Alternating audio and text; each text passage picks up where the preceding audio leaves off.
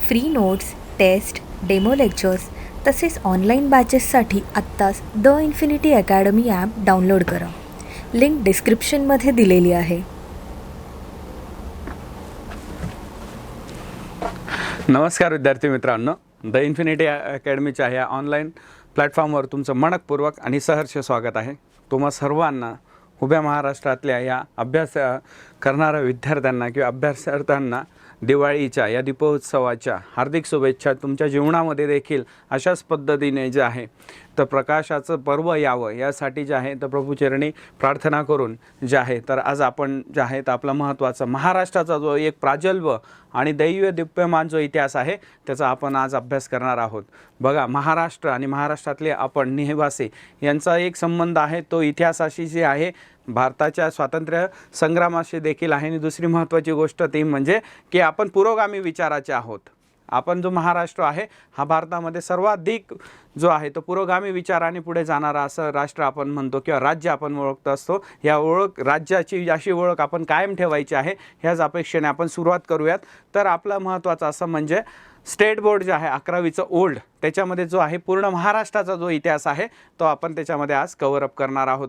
Exam oriented जो आहे तो आपण पाहणार आहोत. बघा, या दीपोत्सवामध्ये या गोष्टी जेव्हा आपण बघतो तेव्हा आपल्याला जे आहे तर आपल्या महाराष्ट्राशी संबंधित इतर ज्या महत्त्वाच्या गोष्टी आहेत त्याच्यामध्ये आपल्या महाराष्ट्राला किंवा भारतामध्ये महाराष्ट्राचं हे जे स्थान आहे हे निर्माण करण्यासाठी जे समाजसुधारक असतील त्याच्यात महात्मा ज्योतिबा फुले असतील, छत्रपती शिवाजी महाराज असतील, छत्रपती संभाजीराजे असतील, मा जिजाऊ असतील, सावित्रीबाई फुले असतील, त्यानंतर डॉक्टर बाबासाहेब आंबेडकर असतील, माता रमाई असतील, त्यानंतर अगणित विठ्ठल रामजी शिंदे असतील, यांच्यासारखे गोपाळ गणेश आगरकर असतील, असे नानाविध जे समाजसुधारक आहे, नाना जगन्नाथ शंकर सेठ आहे, या सगळ्यांच्या चरणी आपण काय करायला पाहिजे, नतमस्तक होऊन या ज्यांनी ज्या पद्धतीने जे आहे महाराष्ट्राला आज पुढे नेलेला आहे त्याचाच वारसा आपण जो आहे तो इतिहासामध्ये इथे नेणार आहोत. तर सुरुवात करूयात. आपल्याला स्टेट बोर्डमध्ये वाचत असताना बघा आपण जर बघतोय तर सुरुवातीला जे आहे तर महाराष्ट्राच्या इतिहासामध्ये छत्रपती शिवाजी महाराजांचा राज्याभिषेक आपल्याला दिसतोय. त्याच्यानंतर आजचा आपला महाराष्ट्र जो 1 मे 1960ला निर्माण झाल्यानंतर म्हणजे ज्याची निर्मिती आपण म्हणू शकतो की झालेली आहे संयुक्त महाराष्ट्र चळवळीनंतर. आपण त्याच्यासाठी काय आहे तर रक्त सांडलेलं आहे आणि मुंबईसह महाराष्ट्र जे आहे ती महाराष्ट्रात आपल्याला आलेली दिसून येते. त्यानंतर आहे मुंबईचं आपलं गेटवे ऑफ इंडिया असेल, त्याच्यानंतर आहे हुतात्मा स्मारक. अशा अनन्य महत्त्वाच्या लोकांनी ज्यांनी काय आहे तर महाराष्ट्राच्या निर्मितीसाठी स्वतःचं प्राणाचं बलिदान दिलेलं आहे अशा सर्व लोकांच्या स्मृतीला पावन स्मृतीला अभिवादन करून आपण इतिहास सुरू करणार आहोत. ठीक आहे. तर याच्यामध्ये जे आहे तर लक्षात ठेवा महाराष्ट्र आणि प्रबोधन हे जुना संबंध आहे. महाराष्ट्र आणि बंगाल हे जर बघायला गेले तर दोन भाऊ आहेत ज्यांनी भारताच्या स्वातंत्र्य चळवळीमध्ये अनन्यसाधारण असं काम केलेलं आहे. आणि प्रबोधन जसं जगामध्ये आपण म्हणतो की युरोपमध्ये रिनायसेन्स झाला, प्रबोधन झालं, तसंच प्रबोधन जे आहे ते महाराष्ट्रामध्ये झालेलं आहे. आणि या प्रबोधनाचे जे वाटकरी आहेत, या प्रबोधनाला पुढे नेणारे जे लोक आहेत त्याच्यामध्ये महत्त्वाचे असे जे नावं आहेत ते आपण सर्वच पाहणार आहोत, ज्याच्यावर आपण समाजसुधारक या सेक्शनमध्ये प्रश्न विचारले जात असतात.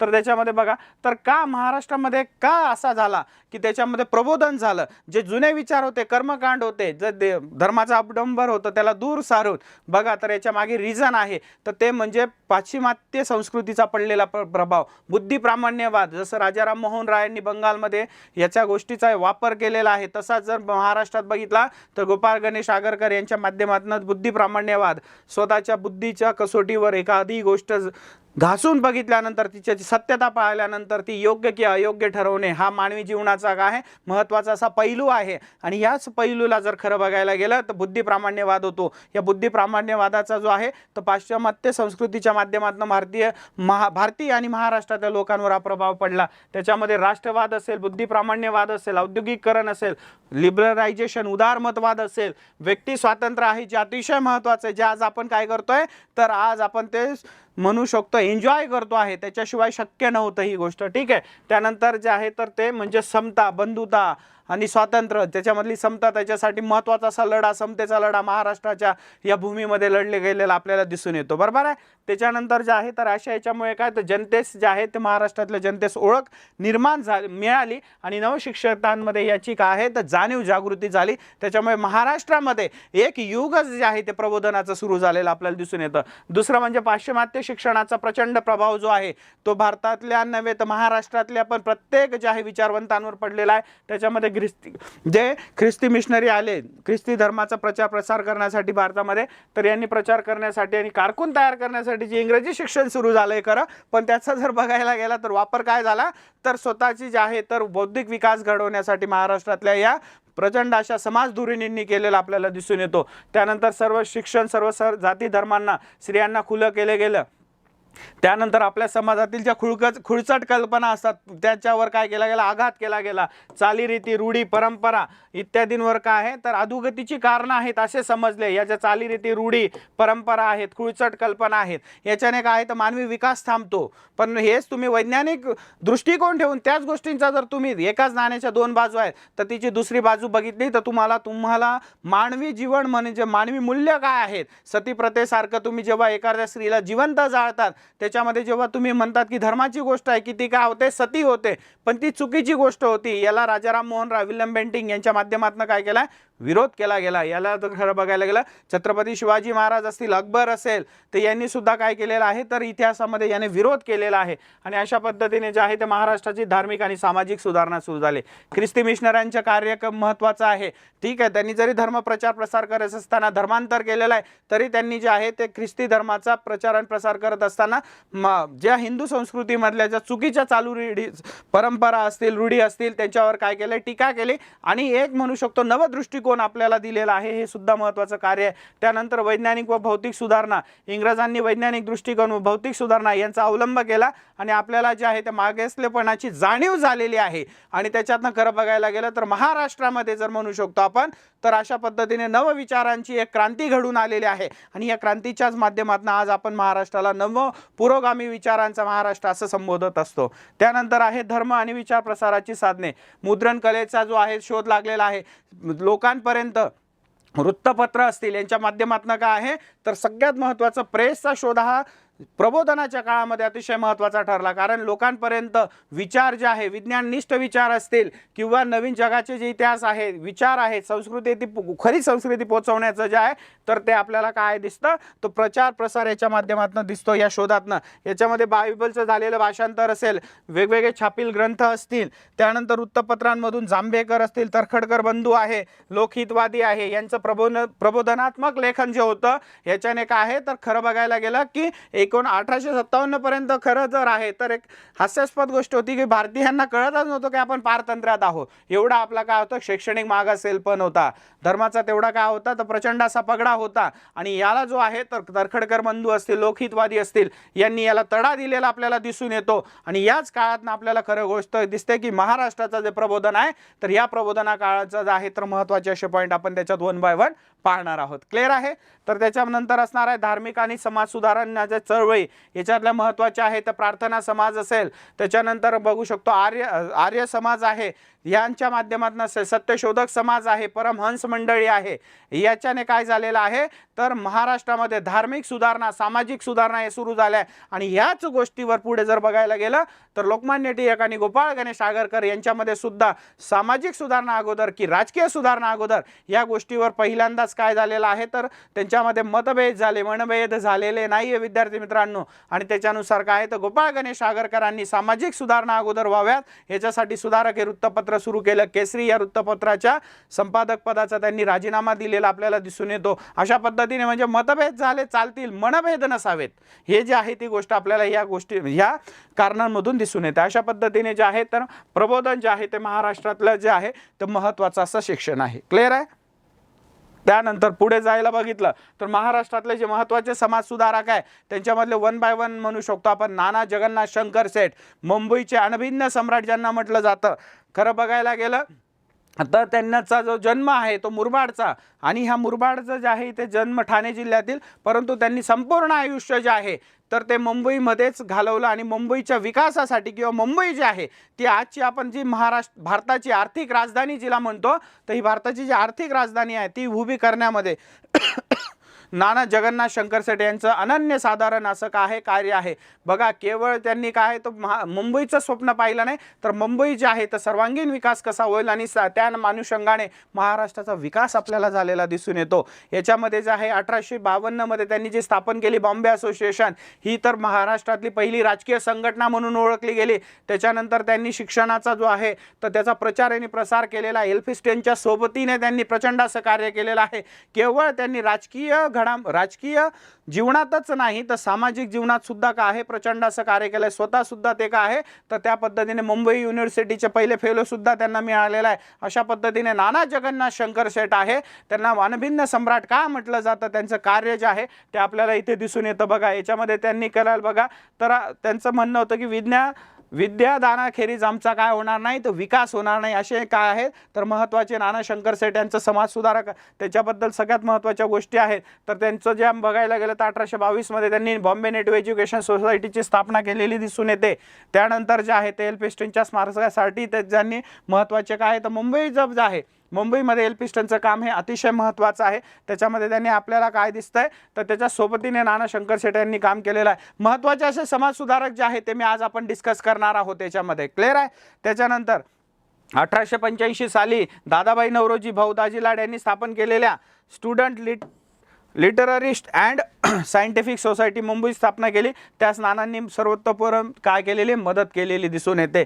त्यानंतर ग्रँट मेडिकल कॉलेजची स्थापनेमध्ये त्यांचा सहभाग आहे. स्वतःच्या जागात मुलींची शाळा जी आहे तर मुंबईमध्ये त्यांनी सुरू केलेली आहे. जसं आपण महात्मा ज्योतिबा फुलेंनी म्हणू शकतो आपण की 1848 मध्ये जे आहे तर भिडेबागमध्ये किंवा भिडेबाग म्हणतो भिडेवाड्यात जी आहे तर ती मुलींसाठी पहिली शाळा सुरू केली ती पुण्यामध्ये. तसं नाना शंकरशेठांनी जी आहे तर ती सुरू केलेली आहे मुंबईमध्ये. हे लक्षात ठेवा. मुंबई विद्यापीठाचे पहिले फेलो सुद्धा आहेत. अशा पद्धतीने जे आहेत तर नाना शंकरशेठ यांच्यावर सर्वतोपरी प्रश्न हा विचारलाच जातो. त्याच्यामुळे जे आहे तर आपल्याला याच्यावर लक्ष ठेवणं आवश्यक आहे. क्लिअर आहे. पुढे जाऊयात.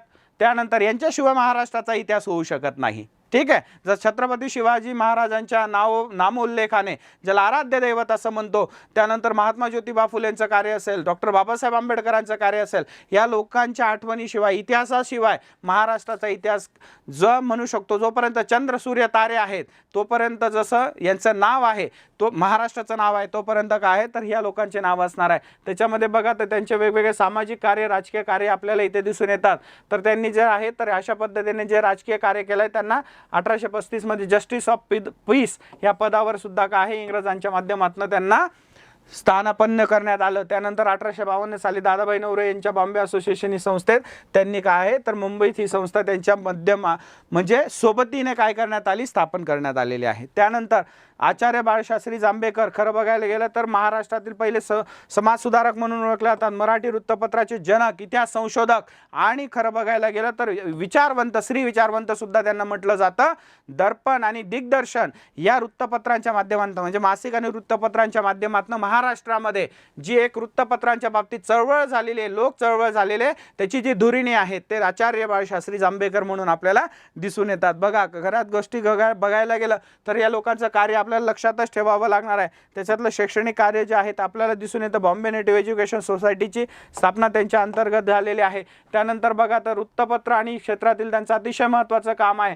त्यानंतर गणित व विज्ञानावर आधारित शून्य लब्धी हे पुस्तक मराठीत त्यांनी लिहिलेलं आहे. जोड्या लावा याच्यासाठी हा जो सेक्शन आहे अतिशय महत्त्वाचा आहे. आउट ऑफ द मार्क्स मिळतात. फक्त आपला जो आहे तर आपला अभ्यास तिथपर्यंत पोहोचणं आवश्यक आहे. आपला जर अभ्यास तिथपर्यंत गेला तर आपल्याला या गोष्टी लक्षात येतात. त्यानंतर त्यांचं जे आहे तर म्हणू शकतो आपण महत्त्वाचं असं जे आहे तर वाङ्मयीन कार्य आहे. त्याच्यामध्ये बघा तर मराठी भाषेतील दर्पण हे त्यांनी पहिलं वृत्तपत्र सुरू केलेलं आहे. इंग्रजी व मराठी भाषेत ते निघत असे. त्यानंतर दिग्दर्शन नावाचं मराठी मासिक त्यांनी सुरू केलेलं आहे. त्याच पद्धतीने त्यांचे इतरही महत्त्वाचे असे जे आहेत तर ते लिखाण आहे. त्याच्यामध्ये बालव्याकरण, नीती कथा असतील हिंदुस्थानातील इंग्रजी राज्याचा इतिहास असेल, हिंदुस्थानाचा प्राचीन इतिहास इत्यादी देखील त्यांचे काय आहे महत्त्वाचे असे ग्रंथ आहे, असे बाळशास्त्री जांभेकर. महत्त्वाचे जे आहे ते सगळे पॉईंट आपण इथे आज कव्हर अप करणार आहोत. त्यांचं सामाजिक कार्य आहे तर हिंदू धर्मातून धर्मांतर झालेल्या लोकांना हिंदू धर्मामध्ये पुन्हा प्रवेश देण्यासाठी जे आहे तर एक शुद्धीकरण चळवळ त्यांच्या माध्यमातून जे आहे तर ती घ्यावी असे त्यांनी स्पष्ट विचार केलेले आहे. त्याच्यातनं जे आहे तर शेषाद्री प्रकरण जे आहे विचारलं जातं की शेषाद्री प्रकरण खालीलपैकी कशासाठी घडले किंवा खालीलपैकी कोणत्या गोष्टी तिथे संबंधित आहे असं विचारलं जातं. तर त्याच्यात लक्षात ठेवा तर स्वधर्मामध्ये जे परधर्मात गेलेलं आहे पुन्हा त्यांना स्वगृही यायचं, स्वधर्मात यायचं, यांच्यासाठी जे प्रकरण घडलं किंवा जे प्रकरण आहे ते म्हणजे शेषाद्री प्रकरण. याच्यानंतर आहे दादोबा पांडुरंग तरखडकर, 1814 ते 1882 हा कालखंड आहे. मराठी भाषेचे पाणिनी म्हणून ओळखले जातात. महाराष्ट्राचे पहिले धर्मसुधारक आहेत. समाजसुधारक पाहिले तर बाळशास्त्री जांभेकर, धर्मसुधारक म्हटले तर ते आहेत दादोबा पांडुरंग तरखडकर. ठीक आहे. व्याकरण आणि भाषाकार, स्वतंत्र प्रज्ञेचे ते काय पहिले ग्रंथकार आहे, पहिले धर्मसुधारक सुद्धा आहेत. ही गोष्ट लक्षात ठेवणं आवश्यक आहे. मराठी भाषेचे पाणिनी जे आहे व्याकरणाच्या बाबतीत त्यांना म्हटलं गेलेलं आहे. त्यानंतर जे आहे तर त्यांचा जो स्थापना आहे त्याच्यामध्ये त्यांची जर बघायला गेलं तर सामाजिक आणि धार्मिक सुधारणा जे आहे त्यांना महत्त्वाच्या. राव बहादूर ही पदवी सुद्धा काय आहे तर त्यांना जे इंग्रजांच्या माध्यमातून देण्यात आलेली आहे. हे महत्त्वाची गोष्ट पॉईंट लक्षात ठेवायची आहे. त्यानंतर सामाजिक मध्ये बघा मानव धर्म सभा असेल, याच्यामध्ये जे आहे तर याच्यामध्ये हे जे महत्त्वाचे नाव आहे दुर्गाराम मंछाराम, दिनमणी शंकर दलपतराय यांच्यासह 1844 मध्ये मानव धर्म सभा स्थापना केलेली आहे. त्याचे तत्व त्या गोष्टीला आपल्याला लक्षात ठेवायची आहे. ती म्हणजे जाती व्यवस्थेला विरोध असतील, हिंदू धर्माला शुद्ध रूप आणण्यासाठी प्रयत्न असतील. या सभेच्या प्रचारासाठी धर्मविवेचन आत्ताच काय झालेला आहे हा प्रश्न विचारला गेलेला आहे. ठीक आहे. IMP आहे. अशा पद्धतीने जे आहे तर कसे प्रश्न विचारले जातात ही गोष्ट आपल्याला लक्षात ठेवणं आवश्यक आहे. बरोबर आहे. वाचत असताना त्याचे जे अचिव्हमेंट आहे जोड्या लावांमध्ये अशा पद्धतीने प्रश्न विचारले जाण्याची दाट शक्यता असते. क्लिअर आहे. पुढे जाऊयात. त्यानंतर जे आहे परमहंस सभा अतिशय महत्त्वाचा. 1849 मध्ये मुंबई इथे त्यांनी मानव धर्म सभेसाठी काही अन्वयांसह परमहंस सभा स्थापन केलेली आहे आणि काही कारणाने जे आहे ते पुढे ती बंद पडली. परंतु लक्षात ठेवा तर त्यांचे ज्या प्रश्न कसा विचारला जातो की दादोबा पांडुरंग तरखडकर यांचे खालीलपैकी कोणत्या संस्थेशी संबंधित होते किंवा संस्थेमध्ये स्थापनेमध्ये त्यांचा सिंहाचा वाटा होता, लिस्ट डाऊन दिली जाते. त्याच्यानंतर आहे त्यांचं शैक्षणिक कार्य. ज्ञान प्रसारक सभा जी आहे तर ज्ञानाच्या प्रसार आणि प्रसारासाठी आणि सामाजिक जागृतीसाठी त्यांनी 1848 मध्ये काय ज्ञान प्रसारक सभा स्थापन केलेली दिसते. वाङ्मयी क्षेत्रामध्ये जे आहे त्यांचं महत्त्वाचे असे कार्य आहे. ठीक आहे. तर याच्यामध्ये जर आपण बघितलं तर त्याच्यामध्ये जे आहे तर यमुना पर्यटन बाबा पदमनजी यांनी जे आहे तो ग्रंथ लिहिला आहे. तर त्याची पुनर्विवाह विषयक लेख जो आहे तर तो जो म्हणू शकतो आपण दादोबा पांडुरंग तरखडकर आहे. मराठी भाषेचे पाणिनी म्हणून देखील काय केलं जायचं त्यांना ओळखलं जातं आणि ओळख त्यांची आहे. पुढे बघा पुढचं आहे ते म्हणजेच काय आहे गोपाळ हरी देशमुख किंवा लोकहितवादी. अतिशय महत्त्वाचे असे हे समाजसुधारक आहे. तर राष्ट्रवादी विचारांचे ते प्रवर्तक म्हणून ओळखले जातात. बघा कोणाची काय ओळख आहे, मुख्य ओळख काय आहे, मॉरल ऑफ द स्टोरी काय आहे त्यांच्या जीवनाची, हा पॉईंट आपल्याला लक्षात असणं आवश्यक आहे. त्यानंतर बघा तर यांना जे आहे तर जस्टिस ऑफ पीस आणि राव बहादूर ही दोघी पदव्या काय देण्यात आलेल्या आहेत इंग्रजांच्या माध्यमातून देण्यात आलेल्या आहे. तर 1885 मध्ये असिस्टंट कमिशनर सुद्धा होते ते. 1862 मध्ये अहमदाबाद येथे ते असिस्टंट जज न्यायाधीश म्हणून सुद्धा त्यांनी कार्य केलेलं आपल्याला दिसून येतं. त्यानंतर बघा त्यांचं वाङ्मयी आणि वृत्तपत्रातील कार्य जे आहे ते आपल्याला इथे प्रचंड प्रमाणात त्यांनी काम केलं. तर लोकहितवादी नावाने ते काय आहे तर त्यांनी भाऊ महाजन यांच्या प्रभाकर या साप्ताहिकात लिहिण्यास सुरू केले. त्याच पद्धतीने हिंदुस्थानचा इतिहास असेल, त्यानंतर गुजरात, लंका, राजस्थान, पानिपत या विषयावर त्यांचं प्रचंड असं लेखन आहे. ठीक आहे. अशा पद्धतीने लोकहितवादी महत्त्वाचे असे समाजसुधारक जे आहे ते महाराष्ट्राच्या इतिहासामध्ये आपल्याला लक्षात ठेवणं आवश्यक आहे. त्यानंतर पुढचा पॉईंट आहे तो म्हणजे डॉक्टर भाऊदाजी लाड. त्यांना खरं बघायला गेलं तर त्यांना जर म्हणू शकतो आपण तर त्यांना धन्वंतरी या नावाने देखील ओळखलं जातं. कारण त्या काळातले जे आहे डॉक्टर होते ते आणि त्यांनी जे आहे तर कुष्ठरोगावर एक उत्कृष्ट असा औषध शोधून काढलेला आहे. त्याच्यामुळे त्यांना धन्वंतरी असं म्हणून देखील ओळखलं जायचं. बघा त्यांची जे महत्त्वाचं असं जे कार्य आहे केवळ डॉक्टरच नाही तर बॉम्बे असोसिएशनची जी स्थापना झालेली आहे 1852 मध्ये तर त्याच्यामध्ये सुद्धा काय तर ते चिटणीस म्हणून त्यांनी कार्य केलेलं आपल्याला दिसून येतं. पहिले चिटणीस आहेत ते म्हणजे सेक्रेटरी जे म्हणू शकतो आपण तर सचिव म्हणू शकतो. तर ते पहिले कोण आहे तर बॉम्बे असोसिएशनचे ते आहे भाऊदाजी लाड. 1885 साली स्टुडंट लिटररी आणि सायंटिफिक सोसायटीची स्थापना त्यांच्या माध्यमातून केलेली दिसून येते. त्यांच्याबद्दल असे जे आहे वेगवेगळे स्टेटमेंट जे आहे ते आपल्याला इथे दिलेले आहे. हे पूर्ण स्टेट बोर्डमध्ये दिलेलं आहे. फक्त आपण काय करतोय, नोट स्वरूपामध्ये त्याच्यामध्ये काय विचारलं जाऊ शकतं, कसं विचारलं जाऊ शकतं याबद्दल आपण विचार करत आहोत. त्यानंतर जर बघितलं तर विष्णू शास्त्री पंडित आहे, यांचं जे आहे तर विष्णू शास्त्री पंडित जे आहे तर हे मूळ गाव यांचं सातारा होतं आणि यांचं जर कार्य बघायला गेलं तर त्यांनी इंदू प्रकाश या वृत्तपत्रात 1864 साली उपसंपादक म्हणून काम करण्यास प्रारंभ केलेला आहे. त्यानंतर त्यांचं महत्त्वाचं ब्राह्मण कन्या विवाह, इंग्रजी मराठी कोश, विधवा विवाह, संस्कृत, महाराष्ट्र धातू कोश, शूद्र धर्म, स्मृतिशास्त्र इत्यादी पुस्तकं प्रसिद्ध आहेत. स्त्रियांच्या सुधारणेचा मुद्दा हाती घेतलेला आहे. तुम्ही जर बघितलं PYQ झाले, प्रिव्हियस इयर क्वेश्चन्स पाहिले तर त्याच्यावर सरसकट विचारलेलं आहे की खालीलपैकी जे आहे तर स्त्री यांच्या सुधारणा पहिले धुरिणी कोण होते तर ते आपल्याला लक्षात ठेवायचे आहे. त्यानंतर त्यांनी काय केलेलं आहे तर त्यांनी बघा तर त्यांनी 1865 मध्ये विधवा पुनर्विवाहोत्तेजक मंडळाची काय केलेली आहे, स्थापना केलेली आहे आणि स्वतः सुद्धा उक्ती त्याप्रमाणे कृती तर त्यांनी सुद्धा विधवा विवाह आपल्याला केलेला दिसतो त्यांच्या पहिली. त्याच्यानंतर भाऊ महाजन महत्त्वाचे आहे. तर भाऊ महाजन जे आहे तर ते सुद्धा काय आहे तर बाळशास्त्री जांभेकरांचे वर्गमित्र होते आणि अशा पद्धतीने भाऊ महाजनांचं नाव जे आहे ते महत्त्वाचं आहे, भाऊ महाजन कुंटे. त्यानंतर त्याच्या तर प्रभाकर या वृत्तपत्रातून लोकहितवादी यांची त्यांनी शत्रपत्र लिहिलेले आहे. त्यानंतर विष्णुबुवा ब्रह्मचारी असतील, विष्णुबुवा ब्रह्मचारी हे सुद्धा महत्त्वाचं असं नाव आहे, ज्यांनी काय आहे तर ख्रिश्चन धर्मसुधारकांना उत्तर देण्यासाठी मुंबईत जाहीर व्याख्याने दिली आणि वैदिक धर्मावरील आक्षेप चुकीचा असल्याने दाखवून वैदिक धर्मांची महानता पटवून दिली. त्यानंतर वर्तमान दीपिका या वर्तमानपत्राद्वारे वैदिक धर्मावरील टीकेला चोख प्रत्युत्तर दिलेलं आहे. त्याच्यानंतर भावार्थ सिंधू असतील, वेदोक्त आहे, धर्मप्रकाश आहे, सुखदायक राज्य प्रकरणी निबंध आहे. जो महत्त्वाचा काय आहे तर पहिल्यांदाच जे आहे कम्युनिस्ट विचारांचं महाराष्ट्रामध्ये जे आहे तर ते पहिले प्रणेते म्हणून त्यांना ओळखलं जातं. सहजरित्या निबंध, बोधसागर, रहस्य, सेतुबंधांची टीका इत्यादी काय त्यांचं महत्त्वाचं आहे. त्यानंतर असणार आहे अर्धांगिनी महात्मा ज्योतिबा फुलेंच्या, त्या म्हणजे सावित्रीबाई फुले. अशिक्षित असताना काय आहे तर त्यांना अगोदर शिक्षित केलं आणि शिक्षणाचा जो आहे तो पाया जो आहे भारतामध्ये रचणारे हे जे महान असं दाम्पत्य आहे त्याच्यामधल्या सावित्रीबाई फुले प्रथम आयुष्याच्या पहिल्या टप्प्यामध्ये अशिक्षित असताना त्यांना काय ज्योतिबांनी शिकवलं आणि त्यांना सुशिक्षित केलं आणि महाराष्ट्रातलेच नाही तर भारतातल्या पहिल्या शिक्षिका, महिला शिक्षिका म्हणून त्यांना मान दिला जातो. म्हणून आज आपण म्हणतो की सावित्री आणि ज्योती यांनी जे आहे तर जो दिवा लावलेला आहे शिक्षणाचा तो आज आहे झोपडीपासून तर राज महालापर्यंत तो आपल्याला तेव्हा दिसत असतो. क्लिअर आहे. याच्यामुळे असे आहे तर त्यांचे महत्त्वाचे जे कार्य आहे तर बावनकशी सुबोध रत्नाकर माझं म्हणजे त्यांच्यामध्ये त्यांनी म्हटलेलं आहे की ज्या पद्धतीने महात्मा फुलेंबद्दल माझं जीवन आहे त्यांच्यासोबतचं जे सहजीवन आहे त्याच्यावर पूर्ण इतिहास जो आहे तो त्यांनी त्यामध्ये लिहिलेला आपल्याला दिसून येतो. त्यानंतर काव्य फुले ही अति उत्कृष्ट अशी त्यांची साहित्यकृती आहे. अशा पद्धतीने सावित्रीबाई फुलेंनी सुद्धा काय आहे तर महात्मा ज्योतिबा फुलेंसोबत खांद्याला खांदा लावून जो आहे महाराष्ट्राच्या इतिहासामध्ये जे आहे ते प्रचंड असं कार्य केलेलं आपल्याला दिसून येतं. पुढे जे आहेत बाबा पदमन जे आहेत तर यांचं जर नाव बघायला गेलं तर यांचं नाव जे आहे तर यमुना पर्यटन या कादंबरीतून स्त्रियांच्या दुःखाला वाचा फोडली आणि खरं बघायला गेलं तर भारतामध्ये स्त्रियांच्या जीवनावर किंवा भारतातली ही पहिली सामाजिक कादंबरी म्हणून ओळखली जाते यमुना पर्यटन. ठीक आहे. त्यानंतर अरुणोदय नावाचं त्यांचं आत्मचरित्र सुद्धा प्रसिद्ध आहे. खरं बघायला गेलं मुंबईत आल्यानंतर इंग्रजी, मराठी, संस्कृत, कन्नड, गुजराती अशा भाषांचा त्यांचा अभ्यास होता. त्यांनी 1854 मध्ये ख्रिस्ती धर्म स्वीकारलेला आहे. महत्त्वाचं असं बाबा पदमनजींचं आहे महत्त्वाचं कार्य आहे महाराष्ट्राच्या या जडणघडणीमध्ये आपल्याला दिसून येतं. त्यानंतर आहे सार्वजनिक काका, मूळ नाव आहे गणेश वासुदेव जोशी म्हणजे सार्वजनिक काका.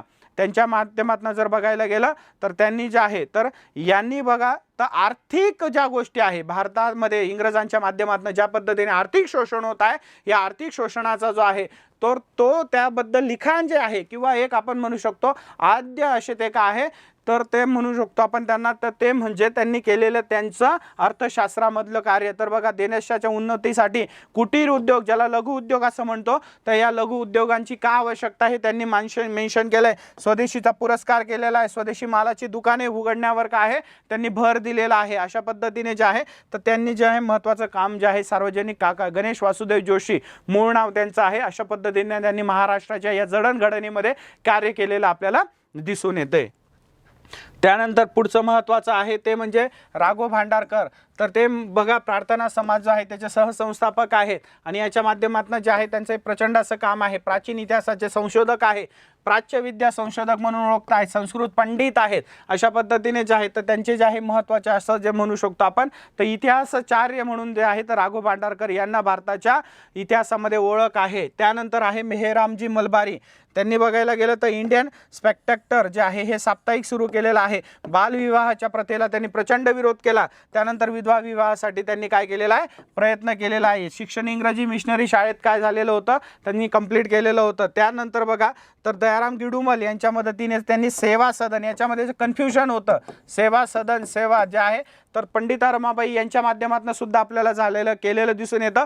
तर याच्यामध्ये सुद्धा जे आहे तर लक्षात ठेवा अशा पद्धतीने जे आहे तो क्वेश्चन जेव्हा विचारला जातो तर त्याचा आन्सर आपल्याला येणं अशा पद्धतीने काय आपला अभ्यास असणं आवश्यक आहे. महत्त्वाचं असं कार्य जे आहे ते मेहरामजी मलबारी यांचं दिसून येतं.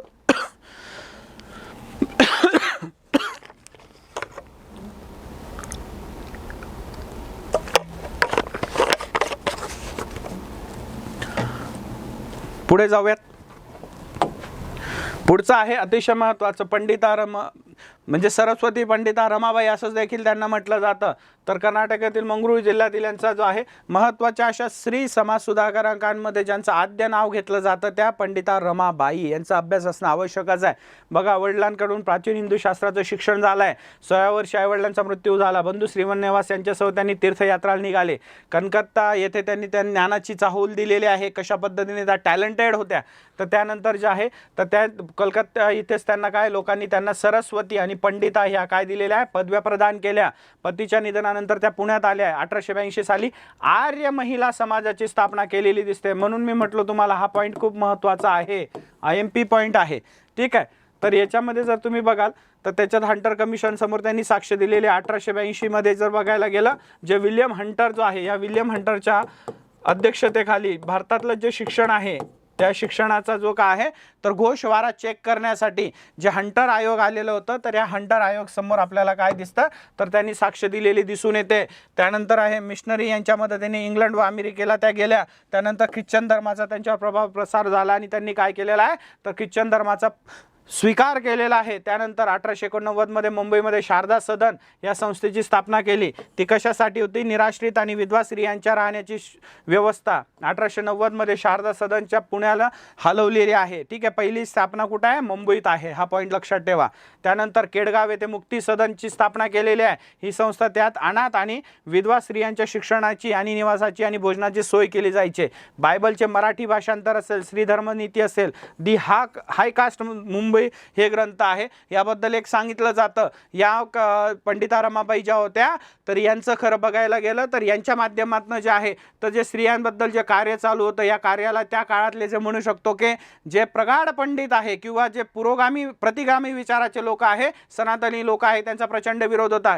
ज्या पद्धतीने त्यांनी केडगावचं जे म्हणू शकतो आपण मुक्ती सदन आहे इथे जे कार्य केले तर एका वेळेस काय आहे तर इथे स्त्रियांसाठी जे कार्य केलं जायचं तर त्याच्या विरोधात काय आहे तर जेव्हा त्या बँगलोरला एका वेळेस कामासाठी गेलेल्या होत्या तर त्या सनातनी लोकांची तेवढी हिंमत नव्हती की त्यांच्या समोर जाऊन स्त्रियांच्या मनामध्ये विष घालू शकतील पंडिता रमाबाईबद्दल. जेव्हा त्या गावाला गेलेल्या होत्या बँगलोरला काही कामानिमित्त तेव्हा त्या सदनात गेलेल्या आणि स्त्रियांच्या मनामध्ये सांगितलं की ते धर्मांतर करतात, आपला धर्म असा वाटवतात. याच्याबद्दल विचार करून लक्षात ठेवा. एका स्त्रीची दहशत काय होती की ती समोर असताना अशा ज्या सनातनी जे लोक आहे यांची हिंमत झाली नाही त्या काळामध्ये की ते काय करू शकतील की त्यांच्या समोर असं ते बोलू शकतील. असे जे कार्य आहे समाज कार्य आहे या महाराष्ट्रामध्ये केवळ पुरुषांनीच नाही तर स्त्रियांनी सुद्धा आपल्याला केलेलं दिसून येतं. ठीक आहे. अशा महत्त्वाच्या पंडिता रमाबाई. त्यानंतर महत्त्वाचे समाज सुधारकांमध्ये आहे महादेव गोविंद रानडे. ठीक आहे. तर महादेव गोविंद रानडे हे सुद्धा काय आहे तर जीवनाच्या प्रत्येक क्षेत्रामध्ये त्यांचं नाव आहे. ती तर नाशिकमधल्या निफाड या तालुक्यात त्यांचा जन्म झालेला आहे. 1842 मध्ये प्राथमिक शिक्षण कोल्हापूर येथे, पुढील शिक्षण मुंबईमध्ये. एल्फिस्टन कॉलेजमध्ये इंग्रजी आणि इतिहास या विषयाचे काय होते तर प्राध्यापक म्हणून त्यांनी कार्य केलेलं आपल्याला दिसून येतं. पुढे न्यायाधीश म्हणून त्यांनी पुण्यात आले. प्रार्थना समाजाची जी स्थापना आहे त्याच्यात महत्त्वाचं असं जे स्थान आहे, महत्त्वाचे स्थान त्यांचं आहे. आणि खरं बघायला गेलं प्रार्थना समाजाचा जो एक विचारांचा थिंक टँक आहे ते म्हणजेच कोण आहे तर महादेव गोविंद रानडेच आहेत. ठीक आहे. त्यानंतर असणार आहे सामाजिक परिषदेची स्थापना 1887 मध्ये त्यांनी केलेली दिसून येते. मुंबई ते विधवा विवाह घडून आणलेला आहे. सनदेशीर राजकारणाचा पाया घालणारे ते कोण होते, तर महत्त्वाचे असे समाज सुधारक होते. हा पॉईंट ही महत्त्वाचा आहे. सनदशीर मार्गाने जाणं हे ते आहे, म्हणून त्यांना काय आहे तर मवाळ विचारवंत सुद्धा आपण दुसऱ्या भाषेमध्ये म्हणू शकतो. हिंदी राजकारणाचा अर्थशास्त्रीय विचारांची जोड केलेली आहे. पुण्यात वसंत व्याख्यानमाला सुरू केली आणि the rice of India power, the rice of Maratha power हे पुस्तकही त्यांचं गाजलेलं आहे. अशा पद्धतीने जे आहे ते महादेव गोविंद रानडे जे आहेत, ज्यांना काही न्यायाधीश गोविंद रानडे या नावाने देखील ओळखलं जातं, यांचं सुद्धा कार्य जे आहे प्रचंड आपल्या महाराष्ट्राच्या इतिहासात दिसून येतं. त्यानंतर असणार आहे महाराष्ट्रातील धार्मिक सुधारणा अतिशय महत्त्वाच्या आहेत. त्याच्यामध्ये जर अतिउच्च नाव घेतलं जातं तर आर्य समाजाचं दयानंद सरस्वती जे आहे, तर दयानंद सरस्वती यांच्या माध्यमातून जे आहे तर 1875 साली मुंबईत आर्य समाजाची स्थापना आपल्याला केली गेलेली आहे. आर्य समाजाचे तत्वज्ञान आपल्याला दिलेलं आहे. आणि लाहोर हे काय झालं, इथं शाखना स्थापन झाली. नंतर आर्य समाजाचं मुख्यालय कुठे आहे, तर ते लाहोरच झालंय, आजच्या पाकिस्तानमधलं. परंतु याची स्थापना जी आहे ते मुंबईमध्ये 1875 मध्ये झालेली आहे. कुणाच्या माध्यमातून, स्वामी दयानंद सरस्वती. तर त्याच्यामध्ये बघा तत्वज्ञानांमध्ये डायरेक्ट काय केले जातात, प्रश्न विचारले जातात. हे त्याचं महत्त्वाचं तत्वज्ञान आहे. त्याच्यामध्ये अस्पृश्यता कर्मकांड याला मान्य नाही. चातुर्वर्ण्य हे जन्मसिद्ध नसून गुण कर्मांवर अवलंबून असावेत. वेद अध्यापनाचा हक्क सर्व मनुष्य मात्रांचा आहे असं त्याच्यामध्ये सांगितलं गेलं. वेदांकडे परत चला हा महत्त्वाचा असा काय दिलेला आहे, तर त्यांनी म्हणू शकतो महत्त्वाचा असं जो आहे तर त्याच्यामध्ये कार्य केलेला मंत्र दिलेला आहे. त्यानंतर शुद्धीकरण, परधर्मामध्ये गेलेल्या लोकांना परत स्वधर्मामध्ये घेण्यासाठी शुद्धीकरण चळवळ सुरू केलेली आहे.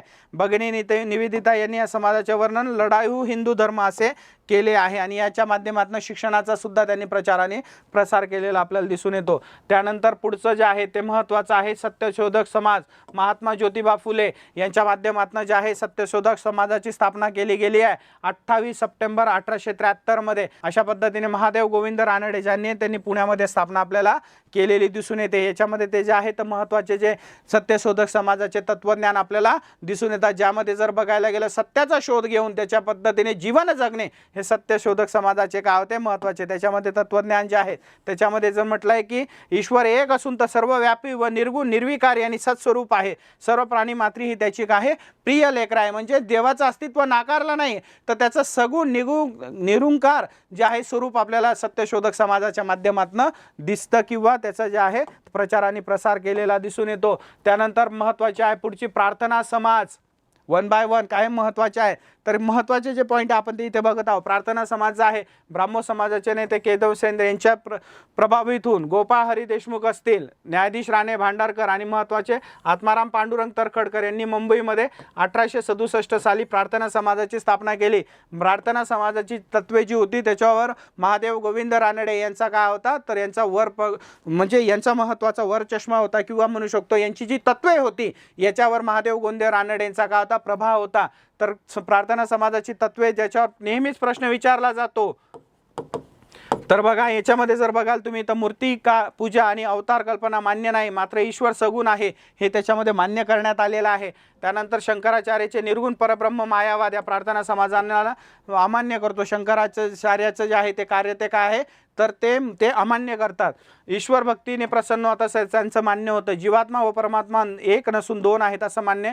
आणि आध्यात्मिक उन्नतीसाठी प्रार्थना समाज आवश्यक आहे प्रार्थना आवश्यक आहे. जे एकत्र येऊन काय केलं जात होतं प्रार्थना समाजाच्या माध्यमातून सामूहिक प्रार्थना केल्या जात होत्या ते त्याचं महत्त्वाचं तत्व होतं. त्यानंतर आहे महत्त्वाची परमहंस मंडळी. सुरत येथील मानव धर्मेचे कामकाज बंद पडल्यानंतर पुन्हा एकदा दादोबा पांडुरंग तरखडकर व बाळशास्त्री जांभेकर यांनी 1849 मध्ये जे आहे मुंबई ते या संस्थेची स्थापना केलेली दिसते.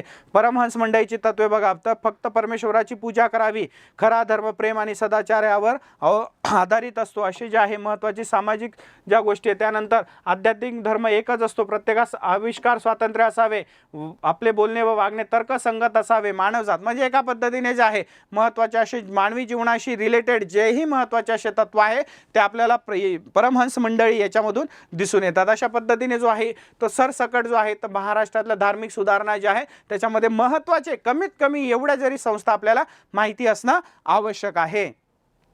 त्यानंतर पुढचं बघायला गेलं तर महाराष्ट्राचं योगदान जर बघायला गेलं तर स्वातंत्र्य चळवळीमध्ये जर बघायला तर 1857चा जो उठाव आहे त्याच्यापासून बघायला गेलं तर 1885 इंडियन नॅशनल काँग्रेसपर्यंतचा कालखंड, त्याच्यामध्ये उमाजी नाईक जे आहे तर याच्यामध्ये रामोशी, कोळी आणि भिल्ल यांचे उठाव अतिशय महत्त्वाचे डिटेलमध्ये दिले. उमाजी नाईक जे आहे यांनी रामोशांना एकत्र घेऊन काय केलेलं आहे तर हे उठाव आपल्याला केलेला दिसून येतो.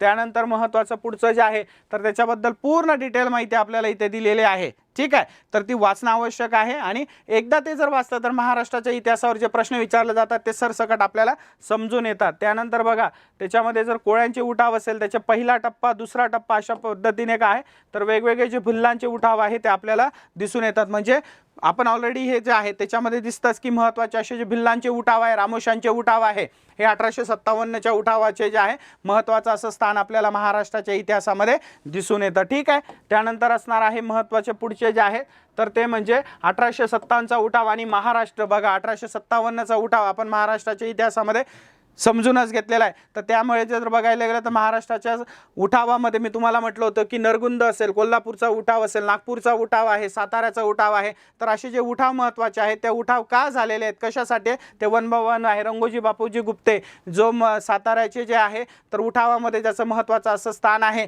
तर त्याचं जे आहे तर खालसा धोरणाच्या अंतर्गत जे आहे तर ते जे धोरण म्हणजे म्हणू शकतो खालसा केलं गेलेलं आहे सातारा जे संस्थान आहे तर त्याच्यासाठी काय केलं लंडनला जाऊन त्यांनी प्रतिनिधी म्हणून लढले पण त्यांना अपयश आल्यानंतर त्यांनी 1857 मध्ये सातारामध्ये उठाव करून आणलेला आहे. त्यानंतर कोल्हापूरमधील उठाव सुद्धा 1857 मध्ये महत्त्वाचा आहे. याच्यामध्ये कुणाच्या अंडर तो घडवण्यात आला ते आपल्याला लक्षात ठेवणं आहे. त्यानंतर पेठमधील नाशिक जिल्ह्यामधील पेठ सुरगाणा भागामध्ये सुद्धा काय आहे तर तिथे आपण म्हणू शकतो की कोळ्यांनी जे आहे तो उठाव केलेला आहे. कुणाच्या नेतृत्वाखाली पेठचा राजा भगवंतराय निळकंठ यांच्या नेतृत्वाखाली असे जे आहे ते उठाव झालेले दिसून येतात. असे जे आहे तर खरं बघायला गेले हे उठाव नंतर काय केलेले सप्रेस केले गेले. जसे उत्तरेतले उठाव आहे तसे आपल्याला हे महाराष्ट्रातले म्हणून मी तुम्हाला सांगितलं की कोल्हापूरमधला उठाव, पेठमधील उठाव असेल, त्यानंतर नगर नाशिकमधील उठाव आहे, जमखिंडी इथल्या संस्थानांचा जो आप्पासाहेब पटवर्धन यांच्या नेतृत्वाखाली झालेला आहे, मुधळमधील बेरड जमातीचा जो उठाव आहे तो सुद्धा महत्त्वाचा आहे. त्यानंतर नागपूरमधील जो उठाव आहे हा सुद्धा 1857च्या महाराष्ट्रातील उठावांमध्ये अतिशय महत्त्वाचं असं स्थान ठेवतो. आणि त्याच्यानंतर जो शेवटचा आहे तर त्याच्यामध्ये औरंगाबादमधला जो उठाव फिदा अली यांच्या नेतृत्वाखाली काय झालेला आहे तर हा महत्त्वाचा असा उठाव झालेला आपल्याला दिसून येतो. ठीक आहे, तर याच्यामध्ये जे आहे ते उठावांचे कारण ते आपल्याला सगळे लक्षात ठेवणं आवश्यक आहे. त्यानंतर विविध जे आहे डेक्कन राईट्स ज्यांच्या नावाने म्हटलं जातं ते शेतकऱ्यांचे उठाव आहे. तर खरं बघायला गेलं तर सुपे या ठिकाणी काय आहे तर हे सुरू झालेले उठाव नंतर महाराष्ट्राच्या पूर्ण पठारावर पसरले म्हणून त्याला दख्खन राईट्स असं म्हटलं जातं. या दख्खन राईट्सच्या शमवण्यासाठी काय आहे तर डेक्कन राईट्स कमिशन सुद्धा स्थापन करण्यात आलं आहे आणि सरकारने 1879 मध्ये डेक्कन ॲग्रिकल्चर रिलीफ ॲक्ट हा जो आहे तो स्थापन करण्यात आलेला आपल्याला दिसून येतो. ठीक आहे, तर याचं कौतुक जे आहे ते गोविंद रानडेंनी सुद्धा केलं होतं की शेतकऱ्यांना आता इंग्रजांच्या माध्यमातून काय आहे तर काही प्रमाणात रिलीफ मिळेल असं तिथे म्हटलेलं आहे. शेतकऱ्याच्या उठावामध्ये महत्त्वाची अशी ही घोषणा आहे. त्यानंतर वासुदेव बळवंत फडके यांचा जो उठाव आद्य क्रांतिकार जे म्हणतो आपण त्यांचा पूर्ण इतिहास आपल्याला याच्यामध्ये बघायला मिळतो.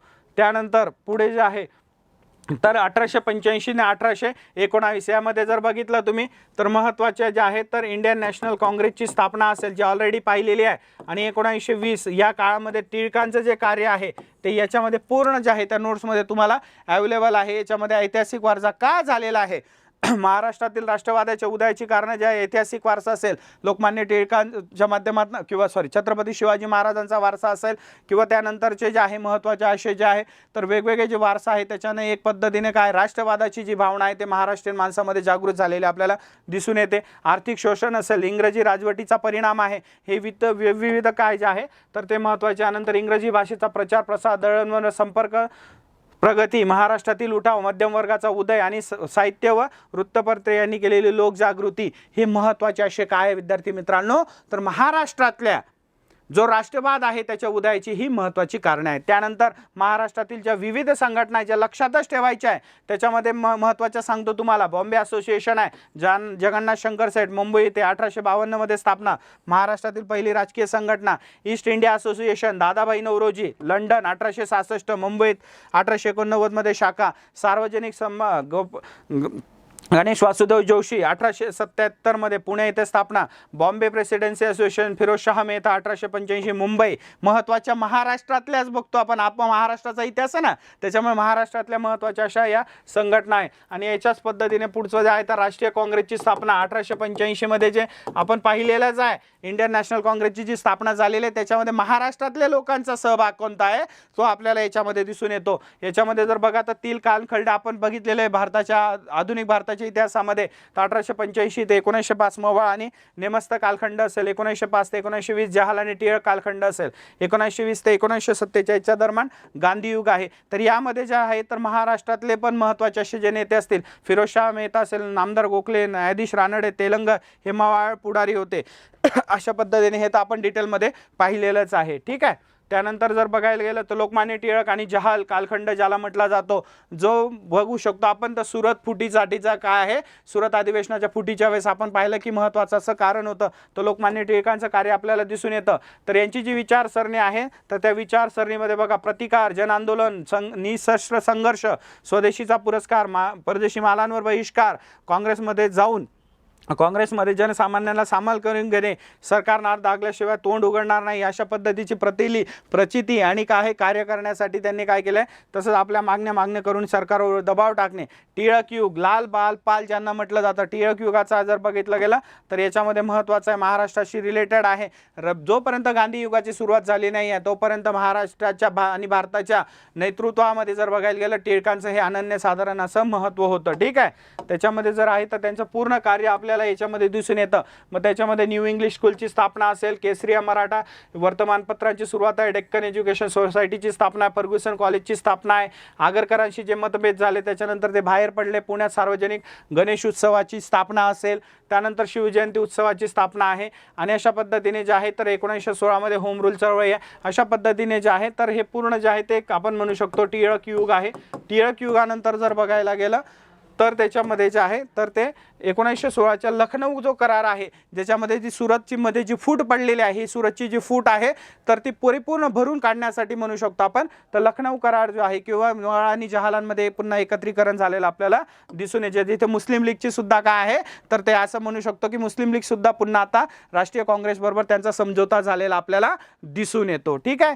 त्यानंतर जे आहे पुढे बघा तर 1920 आणि 1947 मध्ये सशस्त्र क्रांती ज्या झालेल्या आहे महाराष्ट्रातल्या, त्या भारतातल्या आणि महाराष्ट्रातल्या, त्याच्यामध्ये महत्त्वाची नावं जे आहेत ते आपल्याला याच्यामध्ये बघावं लागतील. त्याच्यामध्ये चाफेकर बंधूंचं जे आहे यांची हत्या ऑलरेडी आपण पाहिलेलं आहे. कोल्हापूरचा शिवाजी क्लबचं काय महत्त्वाचं कार्य आहे जे त्यानंतर असणार आहे. गुप्त संघटनांची मीडचा उठाव असेल, बॉम्बे तयार करण्याचं प्रशिक्षण आहे. त्याच्यामध्ये जी महत्त्वाची महाराष्ट्रातली नावं आहेत, कोल्हापूरमधले केडी कुलकर्णी बॉम्ब तयार करण्यासाठी जे जपानला गेले होते. हे काय केलं जातं व्यक्तिविशेषमध्ये असे प्रश्न दिले जातात. ठीक आहे. व्यक्तिविशेषमध्ये त्याच्याबद्दल काय केलं जातं, कार्य दिलं जातं आणि आपल्याला ते प्रश्न विचारले जातात आणि तशा प्रश्नांची उत्तरं देणं आवश्यक असतं आपल्याला.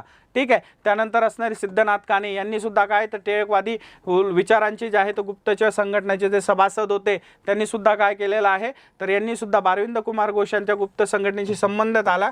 आणि त्यांनी जर बघितलं नरहर भावे नागपूरचे आबाजी पातुरकर यांच्या सहाय्याने डॉक्टर काणे फ्रेंचच्या ताब्यातील चंद्रनगरहून म्हणजे एका पद्धतीने क्रांतिकारी चळवळीमध्ये सहभाग घेतला. सेनापती बापट जे सुरुवातीला क्रांती चळवळीशी संबंधित मुळशी सत्याग्रहामध्ये ज्यांचं प्रचंड असं कार्य आहे, त्याच्यानंतर ते काय आहे तर गांधी विचारांनी काय झाले प्रभावित झालेले आहे.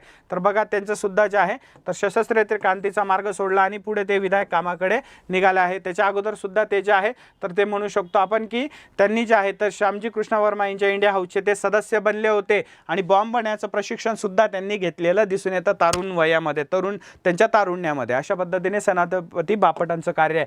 त्यानंतर विदा सावरकर आणि अभिनव भावळ मित्रमेळा म्हणजे जे आहे तर पुण्यात नाशिक जवळ जे भगुरे येथे त्यांचा जन्म आहे आणि तिथेच ते आहे नाशिकमध्ये जे आहेत 1919 मध्ये त्यांनी काय मित्रमेळा ही पहिली संस्था स्थापन केली. तिचंच पुढे 1904 मध्ये काय अभिनव भारताचे रूपांतर झालेलं आपल्याला दिसून येतं. एका पद्धतीने जे आहे तर क्रांतिकारी चळवळी म्हणू शकतो विदा सावरकरांचं जे आहे तर कार्य आपल्याला दिसून येतं. ठीक आहे. त्यानंतर महाराष्ट्राशी संबंधित आहे अनंत कान्हेरे कलेक्टर जो होता नाशिकचा, तर या नाशिकच्या कलेक्टरची काय आहे तर त्यांची गोळी घालून हत्या करणारे आनंद लक्ष्मण कानेरे जे आहे हे सुद्धा काय आहेत अभिनव भारत याचे काय होते महत्त्वाचे असे सदस्य होते, ज्यांनी काय आहे कलेक्टर जॅक्सनचा वध केलेला दिसतो नाशिकमध्ये 21 डिसेंबर 1909 मध्ये. त्यानंतर गांधी युग, आपण आधुनिक भारताच्या इतिहासामध्ये पाहिलेच आहे गांधी युग, त्याच्यामध्ये जर बघायला गेलं तर गांधींची जे आहे तर पूर्ण माहिती आपल्याला इथे दिलेली आहे. ठीक आहे. त्यानंतर जर बघायला गेलं असहकार चळवळ 1920 ची असहकार चळवळ ही आपण ऑलरेडी बघितलेली आहे. याच्यामध्ये महाराष्ट्रातील असहकार कार्यक्रम काय आहे हे 11वीच्या ओल्ड स्टेट मोडमध्ये दिलेला आहे. तर त्याच्यामध्ये शिवरामपंत परांजपे, काकासाहेब खाडीलकर, गंगाराव देशपांडे, वासुदेव जोशी, हरिभाऊ फाटक, चिंतामणराव वैद्य यांच्या प्रमुख टिळकवादी अन्वयांचे त्यांनी नेतृत्व मान्य केलेलं दिसतं. त्यानंतर याच्यामध्ये मद्यपान निषेध कार्यक्रम कुठे कुठे झालेला आहे, पुणे, ठाणे, धारवाड या भागात त्यांनी जोर धरलेला आहे. न्यायालयांवर बहिष्कार, त्याच पद्धतीने महाराष्ट्रात सुद्धा काय न्यायालयांवर बहिष्कार आहे. सरकारी शाळा आणि कॉलेजेसवर बहिष्कार जो होता महत्त्वाचा कार्यक्रम तो सुद्धा जो आहे तो महाराष्ट्रात पार पडलेला आपल्याला दिसून येतो. त्यानंतर असणार आहे मध्य प्रांतन वराडामधील आंदोलन असेल, मुंबईतील साधक आश्रम आहे, मालेगावतील हिंसक प्रकार आहे, मुळशी सत्याग्रह जो सेनापती बापटांच्या अंडर झालेला आहे, हे सगळं सहकार चळवळीच्या वेळेस झालेल्या गोष्टी आपल्याला दिसून येतात. ठीक आहे. त्यानंतर असणार आहे पुढचं म्हणजे चौरी चौरा प्रकरण आलं. आपल्याला माहिती आहे की त्याच्यामध्ये काय सविनय कायदेभंग मागे घेण्यात आला. त्यानंतर 1930 सविनय कायदेभंग चळवळ, त्याच्यामध्ये सुद्धा काय आहे तर आपण म्हणू शकतो महाराष्ट्रातले जे आहे तर महत्त्वाचं जे मिठाच्या सत्याग्रहापासून सुरुवात केलेली आहे. आणि याच्यामध्ये जे आहे तर महाराष्ट्राचे जे महत्त्वाचे असे काय तर 13 जे सदस्य होते हे जे आहे तर ते मिठाच्या सत्याग्रहामध्ये किंवा त्या दांडी यार्चमध्ये जे होते तर ते गेलेले होते, अनुयायी होते. तर बघा तर त्यांनी आश्रमातील 79 अनुयायांसोबत पहिली तुकडी होती. त्याच्यामध्ये पंडित खरे, गणपतराव गोडसे, विनायकराव, केशवराव गोविंद हरकारे, अवंतिकाबाई गोखले, जमनालाल बजाज, बाळासाहेब खेर, दना बांदेकर, सखा पाटील हे महाराष्ट्रातील काय होते तर 13 सदस्य होते महत्त्वाचे. हे पॉईंट लक्षात ठेवायचे. दांडी मार्चची जी काय काढलेली आहे रॅली काढलेली आहे त्याच्यामध्ये महाराष्ट्रातल्या लोकांचा हा महत्त्वाचा सहभाग आहे. त्यानंतर सोलापूरमध्ये लष्करी कायदा जो आहे तो मोडण्यात आला. त्याच्यामुळे हे जे 4 लोक आहे यांना काय केलेलं आहे तर मलप्पा धनशेट्टी, कुर्बान हुसेन, जगन्नाथ शेठ आणि श्री किसन सारडा यांना काय पकडण्यात आलं आणि त्यांना फाशी देण्यात आलं. त्याच्यामुळे 12 जानेवारी काय केला जातो हुतात्मा दिन म्हणून पाळला जातो. हे सगळं सविनय कायदेभंगाच्या काळात आहे. त्याच वेळेस काय तर शिरोडा सत्याग्रह सुद्धा महत्त्वाचा आहे. शिरोडा सत्याग्रह हा जो आहे तर हा सुद्धा काय आहे असं सविनय कायदेभंगाच्या दरम्यान झालेला आपल्याला दिसून येतो. त्यानंतर वडाळा मिठागरावरील छापा आहे, खानदेशचा सत्याग्रह आहे, सातारा जिल्ह्यातील सत्याग्रह असे महत्त्वाचे जे सत्याग्रह आपल्याला इथे दिसून येतात. ठाणे सत्याग्रह सुद्धा त्याच्यामध्ये दिसतो जेव्हा सविनय कायदेभंग जे आहे तर ती भारतामध्ये सुरू होते. चिरनेर सत्याग्रह बाबू गेनूंचा आपण हे सगळं आधुनिक भारताच्या इतिहासामध्ये बघितलंय. त्याच्यामुळे रिपीट करण्यापेक्षा त्याच्यात महाराष्ट्राचा काय सहभाग आहे तेवढा आपण पाहणार आहोत. ठीक आहे. त्यानंतर बघा दहीहंडा सत्याग्रह असेल, पुसदचा जंगल सत्याग्रह म्हणजे सविनय कायदेभंगाच्या वेळी जिथे मिठागरं नाही आहेत तिथे काय करायचं, जिथे जंगल आहे तिथे जंगल कायदे मोडून काय जंगल सत्याग्रह करायचे. असे तर महाराष्ट्रामधल्या अशा विविध भागांमध्ये जंगल सत्याग्रह झालेला आपल्याला दिसून येतात. ठीक आहे. त्यानंतर जर महत्त्वाचं आहे शेवटचं म्हणजे भारत छोडो आंदोलन. ह्या भारत छोडो आंदोलनामध्ये सुद्धा आहे तर महाराष्ट्रामधून उषा मेहता यांनी मुंबईमधून अज्ञात ठिकाणाहून जरी त्यांनी काय केलेलं आहे तर रेडिओ स्टेशन चालू आहे, पण उषा मेहतांचं प्रचंड काम आपल्याला याच्यामध्ये दिसून येतं. यामध्ये जर आहे प्रति सरकार आंदोलन सुरू झालेलं आहे आणि याच्यामध्ये महाराष्ट्रामध्ये जर रायगड जिल्ह्यातली चळवळ असेल, मुंबईमधील आंदोलन आहे, हे महत्त्वाचे आंदोलनं आहेत. त्यानंतर असणार आहे प्रति सरकार, क्रांतिसिंह नाना पाटील यांच्या माध्यमातून जे दिसतं तर त्याचे प्रति सरकार आलेलं आहे क्रांतिसिंह नाना पाटील.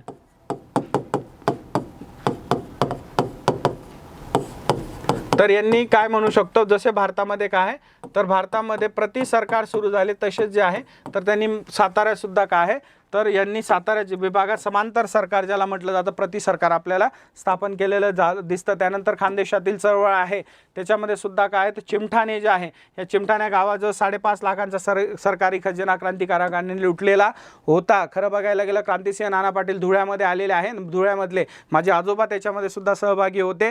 ठीक आहे. बोरकुंडमध्ये जे आहे तर ओंकार नारायण पाटील ज्यांच्याकडे ताम्रपत्र आहे यांना सुद्धा 1 वर्षाची काय तर शिक्षा याच्यामध्ये झालेली आपल्याला दिसून येतं. तर क्रांतिसिंह नाना पाटलांसोबत काय तर त्या चिमठाणे, धुळे जिल्ह्यातलं जे चिमठाण आहे नंदुरबारला जात असताना तर तिथे हा सरकारी खजिना लुटलेला होता. अशा पद्धतीने जे आहे हे खानदेशातील उठाव जे आहे ते महत्त्वाचे आहेत. क्लिअर आहे. त्यानंतर विदर्भातही अशा पद्धतीने उठाव झाले. त्याच्यामध्ये महत्त्वाचं आहे जे राष्ट्रसंत तुकडोजी महाराज आहे यांनी त्यांच्या कीर्तनांच्या माध्यमातून खरं बघायला गेलं तर राष्ट्रभावना जी आहे जागृत करण्याचे आज सारखे बागुलबुवा करणारे जे आहे संत किंवा आपण म्हणू शकतो बाबा लोक यांच्यासारखे नाही तर ओरिजिनल राष्ट्रसंत जे होते ते तुकडोजी महाराजांसारखे जे होते त्यांनी स्वातंत्र्य संग्रामामध्ये काय केलेला आहे का भाग आणि सहभाग नोंदवलेला आपल्याला दिसून येतो. आजही मजूर येथे गुरुश्रम आश्रमाला तुम्ही जर कधी भेट दिली तर तुम्हाला या गोष्टी तिथे क्लिअर होतील की राष्ट्रसंत काय असतो आणि हे जे डुप्लिकेट बाबा असतात हे काय असतात. ठीक आहे. तर अशा पद्धतीने जे आहे तर याच्यामध्ये जे आहे तर वेगवेगळ्या जे आहे चिमूरचे लढे असतील, आडीचे लढे असतील, हा महाराष्ट्राचा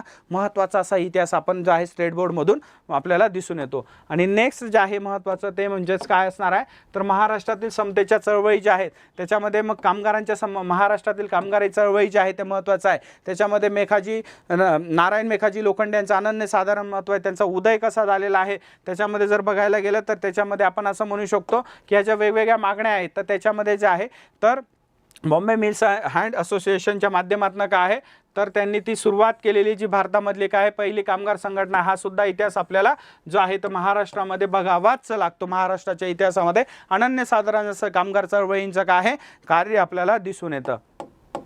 आणि या वेगवेगळे फॅक्टरी ॲक्ट्स आहेत. त्याच्यामध्ये दलित चळवळी आहे. दलित चळवळींमध्ये महत्त्वाची जी नावं आहे त्याच्यामध्ये महात्मा ज्योतिबा फुलेंचं नाव घ्यावं लागतं, गोपाळ बाबा वलंगरकर असतील, शिवराम ज्ञानबा काळंबा आहे, स्वतः राजश्री शाहू महाराज आहेत. त्यानंतर जर बघायला गेलं तर महाराजा सयाजीराव गायकवाड आहेत, महर्षी विठ्ठल रामजी शिंदे यांचं अनन्यसाधारण असं महत्त्व दलित उद्धारामध्ये आपल्याला दिसून येत आहे. त्याच्यावर सरसकट प्रश्न विचारला. डॉक्टर बाबासाहेब आंबेडकरांची जे दलित चळवळ आहे त्याच्यावर आपल्याला जे आहे तर पूर्ण जो आहे तर दलित उद्धाराचं जे कार्य आहे ते आपल्याला याच्या माध्यमातून दिसून येतात. याच्यामध्ये आपल्याला स्टेट बोर्डमध्ये याच्यामध्ये डिटेलमध्ये आपल्याला दिलेलं आहे. आपल्याला वेळ ज्या कमी असल्यामुळे काय आहे तर आपल्याला जे महत्त्वाचे आहे त्याच्यामधले त्यांचे कार्य जे आहे ते आपल्याला ओळखून त्याचा अभ्यास करणं आवश्यक आहे. आणि लास्ट वन जे असणार आहे त्याच्यामध्ये आपण बघणार आहोत ते म्हणजे संयुक्त महाराष्ट्राची चळवळ आणि याच्यामध्ये मराठवाडा मुक्ती संग्राम हा सुद्धा निजामाचा काळ आहे. तर हे महाराष्ट्र चळवळीनंतर आपण म्हणू शकतो लास्ट वन जे आहे तर ते आहे महाराष्ट्राची जी आहे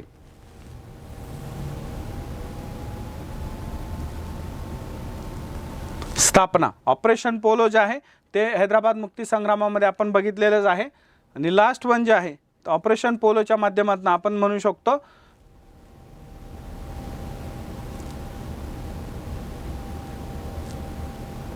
एक मिनटं मराठवाडा मुक्ती संग्राम याच्या माध्यमातून असं आपण बघतो की याच्यामध्ये केवळ याला हैदराबाद मुक्ती संग्राम असंही म्हटलं जातं ज्याच्यासाठी ऑपरेशन पोलो हे राबवण्यात आलं. आणि ऑपरेशन पोलो राबवून खरं बघायला गेलं तर ज्यामध्ये मुक्ती असं म्हणू शकतो आपण जसं जुनागड आणि जम्मू अँड काश्मीर असतील आणि हैदराबाद हे जे होते हे म्हणू शकतो की सरदार वल्लभभाई पटेल यांनी ज्यावेळेस काय आहे तर संस्थान भारतामध्ये विलिनीकरण करण्याचा प्रयत्न केला, यांनी विरोध केला. याच्यासाठी जे आहे तर मराठवाडा मुक्ती संग्राम करण्यात आला. कारण आजचा जो मराठवाडा आहे तेव्हाचा हैदराबादचं जे निजामाचा हैदराबाद याचा तो भाग होता. आणि याच्यामध्ये ऑपरेशन पोलोच्या माध्यमातून काय करण्यात आलं तर मुक्ती संग्राम जो आहे तो पार पडल्याचा पूर्ण अभ्यास आपल्याला आहे. आणि अशा पद्धतीने नंतर संयुक्त महाराष्ट्राची चळवळ सुद्धा आपल्याला दिसून येते ज्याचा पूर्ण आपल्याला अभ्यास याच्यात बघावा लागतो आधुनिक महाराष्ट्राच्या वेळेस. आणि अशा पद्धतीने आहे तर 1 मे 1960 रोजी आपल्याला दिसते ती म्हणजे महाराष्ट्राची निर्मिती, स्वतंत्र महाराष्ट्राची निर्मिती आपल्याला दिसून येते. अशा पद्धतीने जे आहे तर आपण जे शेवटी बघतो ते म्हणजे महाराष्ट्राचा जो इतिहास आहे त्याच्यामध्ये महत्त्वाचं असं महाराष्ट्राची निर्मिती. क्लिअर आहे. अशा पद्धतीने जे आहे तर आज आपण आधुनिक किंवा महाराष्ट्राचा जो इतिहास परिपूर्ण पाहिला आहे. बघा आपण जे आहे पूर्व परीक्षा याच्यासाठी जे आहे द इन्फिनिटी अकॅडमीच्या माध्यमातून